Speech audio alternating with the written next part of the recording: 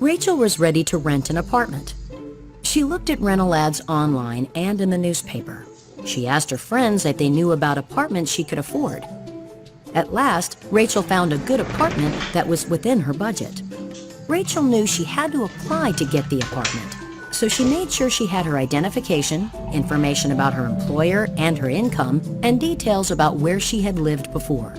Rachel filled out an application and gave the landlord permission to check her credit. She also paid the landlord a small fee for the credit check.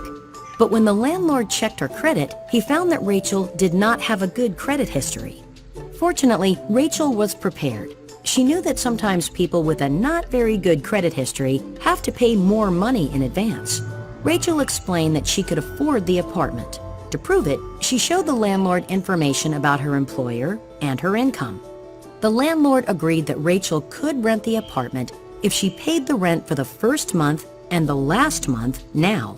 She also had to pay a security deposit. Rachel signed her lease, wrote a check to the landlord, and agreed on a move-in date. Now all Rachel had to do was figure out how to decorate her apartment without spending any more money.